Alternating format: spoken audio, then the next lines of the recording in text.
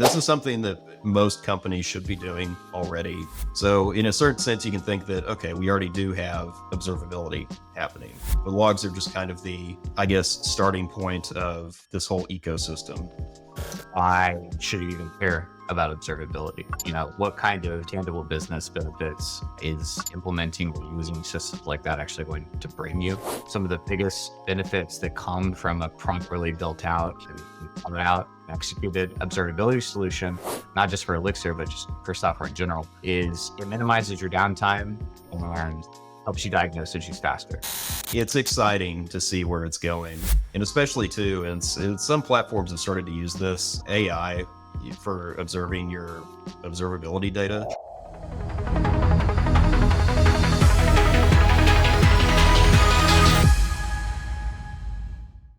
So I'm Henry. Hello, I'm Tyler. Yeah. And we are talking today about observability in the Elixir ecosystem. So observability is one of those things that's not particularly sexy when it comes to software systems, but it is very, very important. I do want to open with a little bit of an anecdote. Tyler, do you remember camping in 2018? I remember a very painful morning. Yeah, it was very early on in the company. So we were both camping out in the woods. There were a bunch of people. It was my birthday. And I remember waking up at 8 a.m., just in my tent, kind of off in the distance. And I hear, Henry, the servers are down. How did that morning go for you? Because the client called you, right? Yeah. It's not unless you want to be in the middle of the woods with somebody on the phone claiming that their systems are down and nobody has any clue what's going on or what's Yeah, so debug from afar. we had very spread Excel service. Basically, what had happened, a free trial on a Google or a G Cloud account had expired. So all the servers went down. Tyler and I, who would normally diagnose it, were out in the woods. We ended up actually having to get the intern to turn everything back on. But it was one of those things that it left such an impression on us in the company that we've always prioritized monitoring as a very important tool in our toolkit as far as operational excellence. Observability itself, so it runs a full spectrum from the very easiest to the very most complicated. You could consider maybe the easiest to be, let's say, just simple uptime checkers, but that's like the level 0 of monitoring tools. So really what we want to get into today, there's 3 main pillars of observability: logs, metrics, and traces. Some of these you might know, some of these you might not, but we'll kind of dig in for all of the tools that and ways to go about it. So Tyler, what are application logs? I mean, that's just all of the stuff written out to standard out port that's usually picked up by whatever, system you're deployed on. So Kubernetes logs, go through pods, picked up. Really, it's just everything written out by your application. Yeah, no, absolutely. It's generally your simple line of defense. Basically, when issues are going on, one of your first thoughts is, oh, check logs. And this is something that most companies should be doing already. So in a certain sense, you can think that, okay, we already do have observability happening. The logs are just kind of the, I guess, starting point of this whole ecosystem. So going along with it too, so we have metrics and traces. And metrics are also something that's relatively common. So you can think of things like, what is your CPU utilization? What is your memory utilization? If you have any server running anywhere, it's very, very easy to track these things and then give you a lot of insight into what the server is doing, as things start to misbehave. The fun thing of this in the 3 pillars of observability, traces. Tyler, what's a trace? These are my favorite, as far as I'm concerned, the most useful, relatively recent as far as the observability trend and it's in our systems, but they're an end-to-end representation of how a request through a software system is represented. So the quality of the trace is highly variable based upon, what tools you have installed and what level of integration these tools have into your particular product. But in a perfect world, you get a complete trace of a user's request to your system from the entry point, your external entry point for your system, all the way to the back end, deep back end, and then up to the user. You should be able to see every hop that makes through the system, how much time and latency each processing stage is. They're especially useful whenever you are encountering issues in production or just in general, you're trying to debug any problem.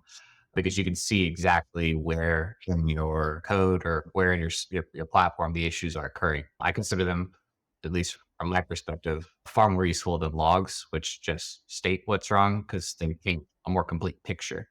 Not to say that they completely replace logs, but they're definitely my preferred debugging solution.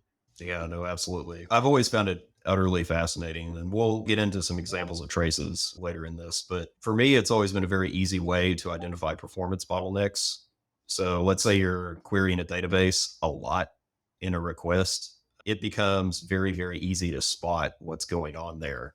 And it gives you a good guidepost for how your developers can further optimize, and it'll, catch the little mistakes that can creep into production that could impact performance for your users. So it's going to change gears a little bit. Let's talk about where are we at with monitoring right now as far as tools that exist in the ecosystem.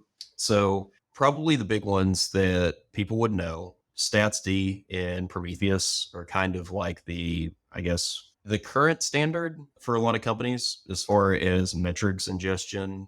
Tyler, do you want to talk about Prometheus a little bit and just kind of give an overview of how that works? Well, I mean, Prometheus is the prime. It's just something you install into your backend systems or your cluster or your servers to actually extract the metrics from your hardware. So this is the actual piece of software that's inspecting the RAM utilization, your CPU, what your applications, how the hardware is behaving, and it pushes those metrics up into some target. I don't want to say the cloud because you have a lot of options actually. It can go locally. It can, be done on an intranet. It can be closed loop. You have, complete control over where that data is sent and how it's used. But its primary job is extraction of metrics and information about the systems it's installed on. Yeah, and it is very, very easy to install Prometheus, and it's well supported in a lot of databases. Even my personal favorite, the Prometheus Node Exporter, install that on any Linux system, and suddenly you've got Prometheus metrics for all your CPU and RAM and network and all the other goodies. So it is a very common tool. Going along with that too, so StatsD is kind of in the same vein, but it's a little bit different. StatsD is more of a push-based system rather than like a pull with Prometheus, because Prometheus is meant to be scraped by your monitoring tools. StatsD is just, I have metrics, I'm going to shove them somewhere, whether you want them or not. Either approach can work in an observability system, but we'll get into this a little bit with other tools. It's kind of interesting how the market's shifting towards more of a hybrid approach almost. So it's both a push and a pull based system, which is pretty fascinating. I think before we kind of get into the weeds on really what the market's using, what the current tooling is, your options and things like that, I think it might be useful to take a moment to really talk about why should you even care about observability?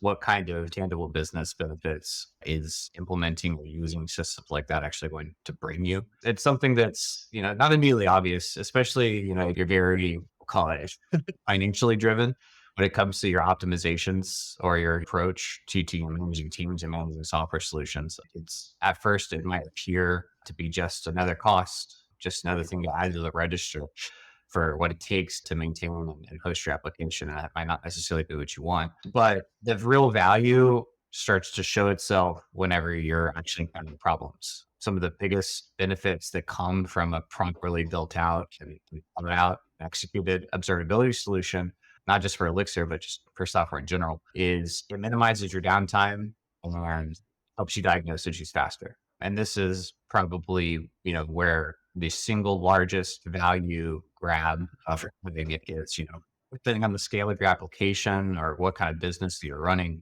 downtime could actually, threaten people's lives. I mean, there are certain, mission critical, software critical applications that genuinely can't afford to, have defects or have issues. And when they do, it's of paramount importance that the issue is remedied as quickly as possible. Now, your particular situation might not be that.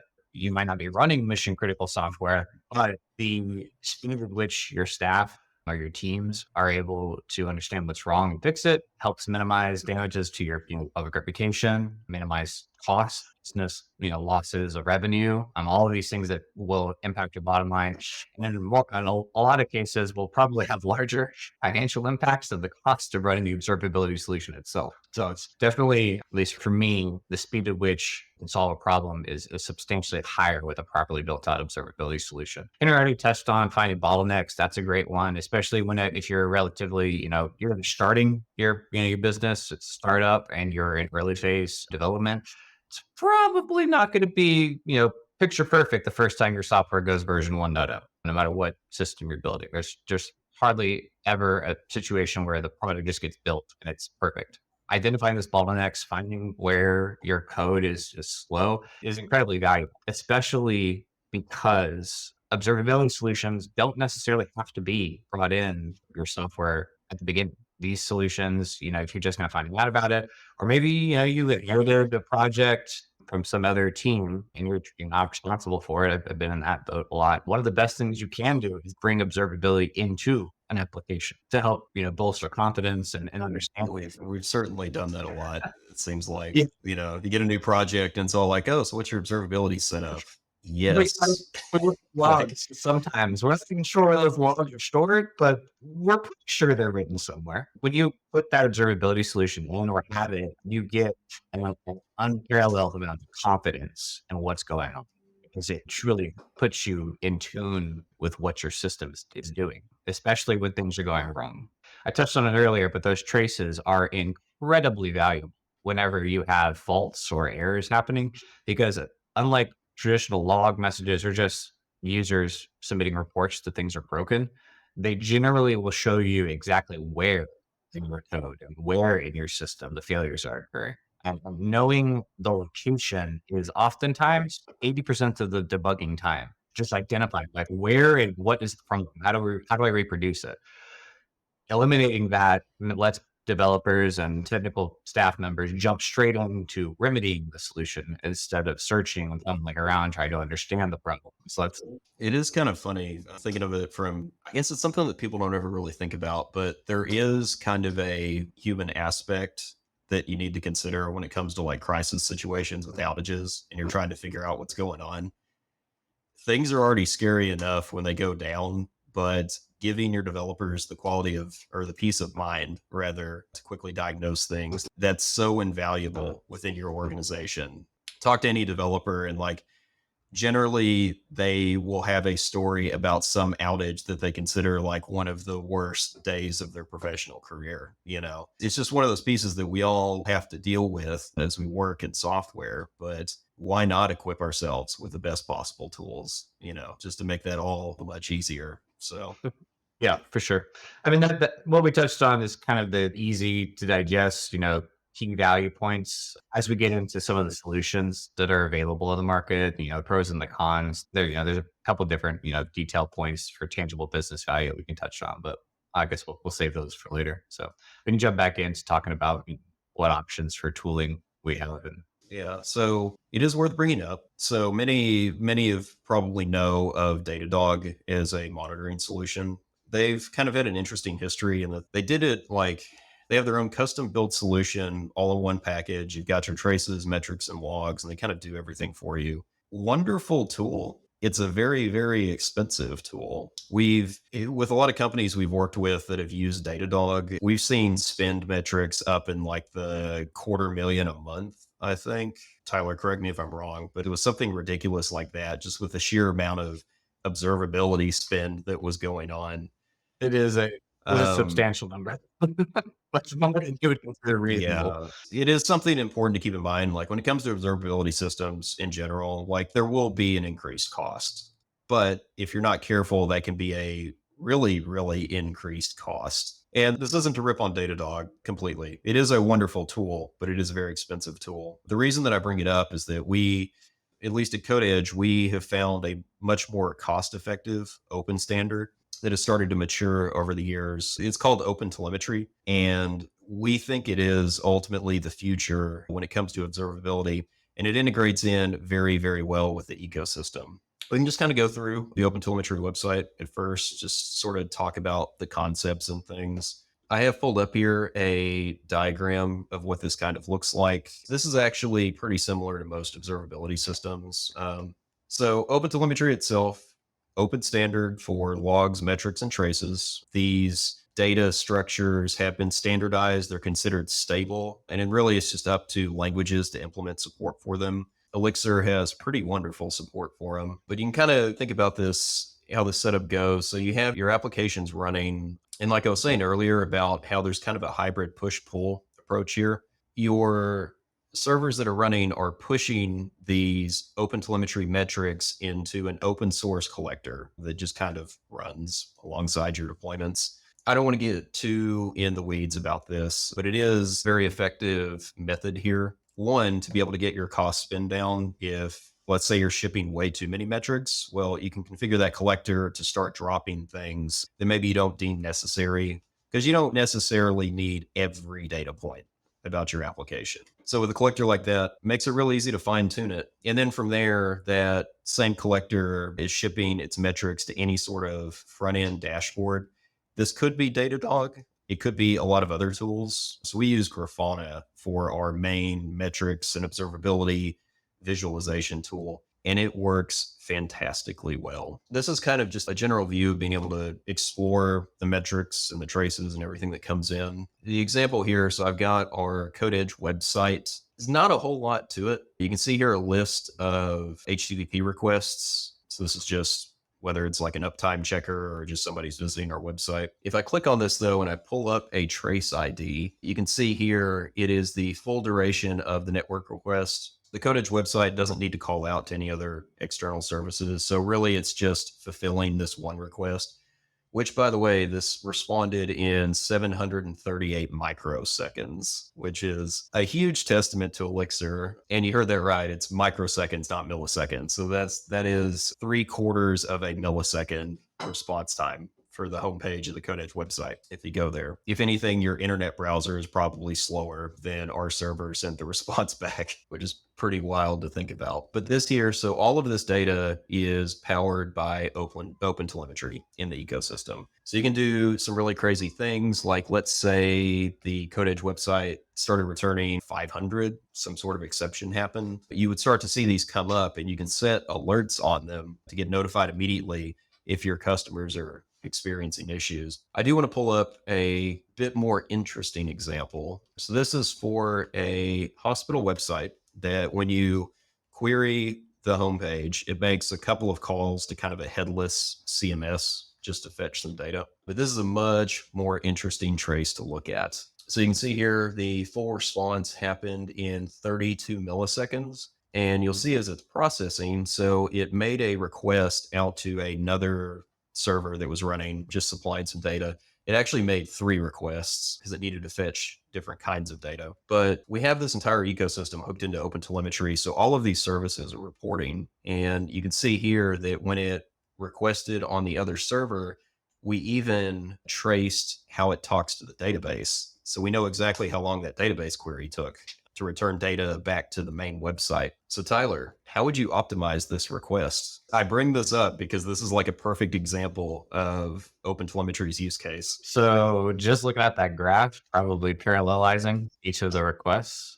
so that they're happening at the same time instead of waiting for each one to occur. Yeah, absolutely. Yeah, these 3 requests don't have any dependencies on one another. So really, and this was just kind of a casual oversight, I guess, when we put this together. It's probably like a for loop going on realistically. So it's just, it does them one after the other to fetch the data. But I mean, we could cut this request from 32 milliseconds down to probably 12 milliseconds if we just parallelized everything.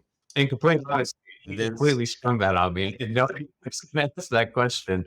And if that goes to show, I mean, if you're a casual visual inspection of a trace immediately revealed the optimization opportunity that was visually obvious.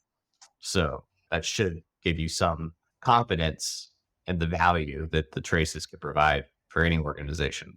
Yeah, absolutely. And if you're a CTO that has a huge cluster of microservices, for instance, that are running, you will frequently encounter situations and it becomes so obvious to visualize. But yeah, you might have a service that calls out to 5 or 6 other services and you're asking yourself, like, why is this slow? Well, with something like OpenTelemetry, you can see that immediately why it's slow. Yeah. And to be fair, just to make sure we're not, overly hyping open telemetry, that is a feature of traces, period. Open telemetry is just a mechanism of providing that functionality, but ultimately, in your observability solution, you're that Datadog, Prometheus, Jaeger, whatever you end up choosing, the value is in the behavior and the capability, not necessarily in OTel itself. But open telemetry has a Yeah. lot of positive things going for it, which I'll touch on a little bit later. Yeah. They're actually really one of the key takeaways, or at least why I'm so excited about the OpenTelemetry standard. This is the currently supported list of languages that are in the OTel ecosystem, with more on the way. You'll see there Erlang and Elixir are in there. They're actually one of the first to adopt, if I remember correctly. But yeah, you might have a system that's not purely Elixir. You could have other languages in there, but that's one of the real powers of this tool. You can get all of your services into the same ecosystem. So when they talk to each other, they're using the same language data format to be able to properly communicate those traces across your server cluster. So really, really amazing stuff. I guess we've been running OpenTelemetry for about 2 years now, I think. Yeah, we have it plugged in for pretty much all of our services that we run for any customer, period. So it's always been a really invaluable tool for us in terms of our day-to-day debugging. So I do want to touch on it briefly. So if you are in Elixir and you want to get started with OpenTelemetry, it is actually very, very simple to set up. There's only a couple steps to it. So I've got here, this is just my console pulled up. I'm on the CodeEdge website repository. This is really, really straightforward. All you have to do is add the appropriate hex packages for it. These are very, very well maintained, in active development. They're releasing new features all the time. You can see here of the four of them, it's fairly self-explanatory what's going on. You have the OpenTelemetry spec, you've got your exporter to be able to ship all of the observability metrics, and then you've got a special integration for Phoenix, which is the primary web framework for Elixir. But that just makes for a good quality of life. Whenever you have a web request come in, you can handle it appropriately. The only other piece really to pull up, this one line, you basically just have to put it in your application sort in your Elixir project, and magically you have OpenTelemetry going. So I always find this like really, really cool. And this tends to come up a lot in Elixir. The package maintainers make it very easy to set up things. I know, like, for instance, if you were trying to do OpenTelemetry and Golang, there's a lot of steps to it. You got to do a fair amount of custom setup just to get the web requests tracing correctly. But at least in the case of Elixir, it's pretty much a one-liner, which is just so awesome to me. Yeah, and that's definitely worth, restating the I think the point was made earlier, right? You might have been given a project, like hopefully whatever language the project's in, hopefully it's in Elixir because you've been doing Elixir code, right? It really is easy to bring that in. It was just as simple as installing those dependencies. So if there was fear of the tech debt that's accumulated or a fear of how complex it's going to be to bring that kind of tooling, and it is, substantially easier than other languages. Definitely don't be afraid of it. Let's talk real quick, just kind of things that I guess, tips or things we've learned along the way from observability in general. And I guess particularly with OpenTelemetry, I think one of the big ones that it's funny enough, we've actually been talking about this lately, exploding our metrics labels is how I call it. But basically, so we have a situation right now. We're trying to reduce some of the spend. Basically, we have a lot of additional labels on our exported metrics that are increasing our costs with Grafana. This is something that a lot of people could very easily fall into if you're not paying attention. Because like I've said, observability does have an additional cost to it, but the more unique types of metrics that you're exporting, obviously your cost is going to go higher. And when I mean unique, this could be the same metrics just for different application services. If you're not careful, you can basically create a situation where you're paying for the same metric multiple times just because you have so many different labels on individual things, labels that you might not necessarily need. I think it's worth defining really Good. what a label means in the context of observability, because I don't think that might be immediately obvious, especially if you're not well versed in the ecosystem. Yeah, no, it's a fair point. So yeah, so going back to traces here, I guess in the open telemetry world, they call them tags. I've always known them as labels, just in a general sense, but you can have basically when your metric comes in with your value, or let's say it's a trace, or even logs can have labels attached. But basically they're different ways to filter your data. So this actually is a very useful concept just for, managing the large volumes of observability data that you might have flowing in. The only problem is when you put too many labels on it, then you're paying a lot of money for it. And this would be for things that you may not necessarily need. I've heard stories people will attach a unique user ID to a metric or a span. And then if you can imagine if you're running 10 million, if you have like 10 million active users, well, that's 10 million different unique types of metrics going into your system. Whereas realistically, it might be one type of metric just with that many labels. So So, digging into that a little bit, this is one of the areas that I wanted to touch on earlier. Whether or not you care about these sorts of things or the level of customizability of your observability solution, that really comes down to whether or not you're doing like self-managed, self-hosted versus kind of a SaaS model for observability. When you are, going through a vendor like Datadog, or you're paying for Grafana Cloud, or you're going through any of the numerous options that exist now and will exist in the future years. Typically, they're going to have some kind of pricing model, which is volume based, right? So that they, their costs scale with your utilization. That's where the things that are being discussed, where having a firm understanding of your labeling, the quantity of the data that you're exporting, and whether or not that data has tangible business value is really. So if you're interested in controlling costs and really understanding, am I getting value out of what we're paying for? I do encourage a little bit of, that's probably where I would spend my time deep diving, right? If you're not typically in the weeds, you're pretty hands off on the management style, understanding what your teams are exporting and considering valuable might be a good place to spend some time, because you might find that we have 10 million records about customers, spending habits that we are never going to use, but we are paying, 20% of our budget because of the quantity of those requests. Hopefully those optimizations are occurring without your inputs or without your supervision, but that's where that control aspect comes. Now, that being said, if that sort of control isn't something you want, or you are just a data hoarder and you want every possible metric or facet about your system, self-hosted or self-managed solutions might be a better fit for you, especially if you're willing to absorb the complexity and the cost of supporting those initiatives in-house. There's plenty of documentation and solutioning out there to support, running your own systems. And the advantages you get from doing that are that you don't have to care so much about being nickel and dime on the volume, just whether or not your systems are set up to be able to handle it. So definitely that's one of the reasons why I actually care about the label and the volumes, especially with SaaS. yeah. Well, I mean, also too, you can kind of think of it as just like in the same way you wouldn't have efficient code or inefficient code rather deployed in production. It's just don't have inefficient monitoring. Even for self-hosted solutions, I would say, take care to properly revise your labels, and understand why you do or why you want to ship what you want to ship. But yeah, Yeah, I I don't think know. the problem set that you're kind of hinting at, is just have control, have knowledge about what your system is doing. I think that's one of the areas where open telemetry really shines. Is we didn't really cover it earlier, but their agents and their collectors and or the pieces of software that you install into your software to actually extract the metrics, extract the logs, the labels, all that stuff.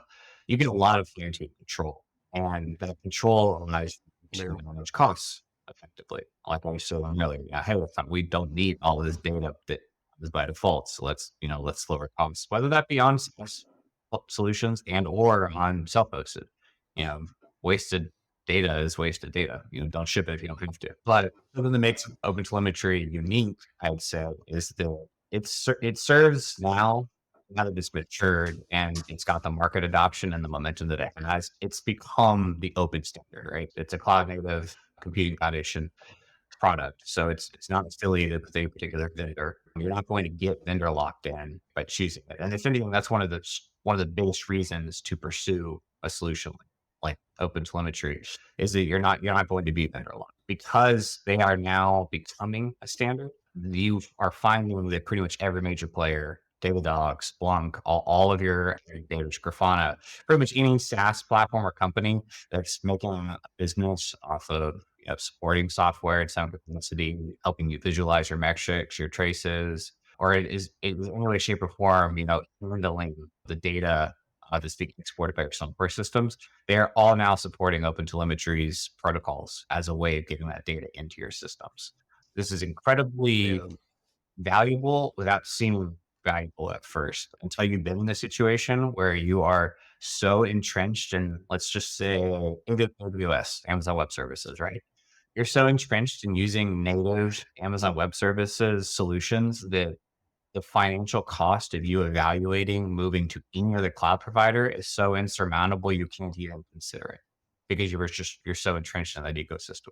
You don't want that same thing to occur in your observability, or really for that matter, for any software system. The flexibility for you to seamlessly change where your data is being sent to and how it's handled and used is incredibly powerful. And that is something that the OpenTelemetry will provide for you because they're not vendor aligned, and now that they've become a standard, many of the software platforms that are able to receive metrics, traces, logs can consume directly the data that's shipped from OpenTelemetry easily and with no issues.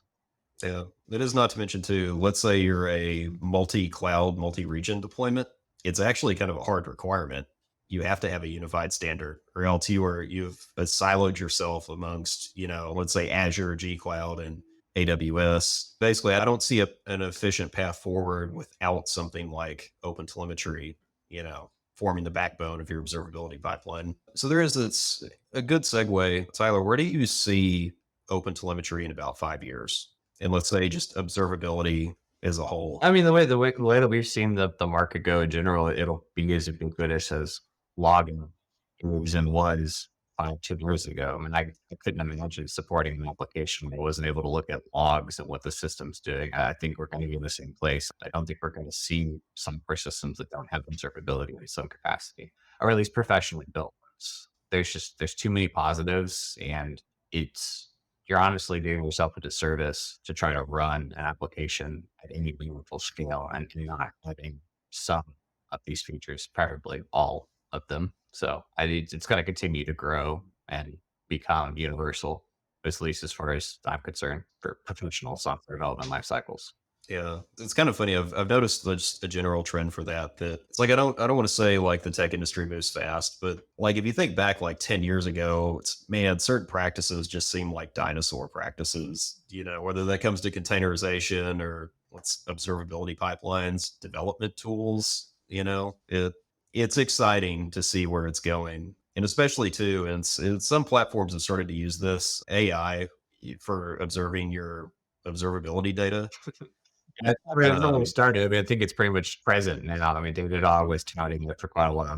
The introspection of logs and traces for, I think they call it anomaly detection. That's a pretty big up and coming. You'll see that, and the it's just one of the newer. well, it's only going to get better and better. Yeah, Yeah, the AI getting into it. So, I mean, you'll definitely see that. And that's especially useful for teams that might not be 24/7 availability, right? You have like a shut yeah, down doing maintenance during the off hours. Having something, automated that's looking at your logs, your metrics, and your traces to alert you is quite nice, especially for early detection, right? You might, if you have automated systems or an AI or with some machine learning system looking at all of your data that's filling out your application and alerts you even before your users start alerting you, that just gives you an even greater edge at solving and identifying your problems before they're all over the news. yeah. Nobody ever wants to be all over the news. That's the goal. Only good press. Yeah, I think that about wraps it up for today. Fun stuff with observability. I'd like to think that hopefully we made it more sexy than it you would have otherwise thought, as it kind of, went along through everything that goes on within the pipeline. But as always, if observability is something that interests you, or perhaps you need to get some help with Elixir and your systems, feel free to book a call with us. Link is in the description. I'd be more than happy to help. So with that, thank you all. Don't forget to like and subscribe.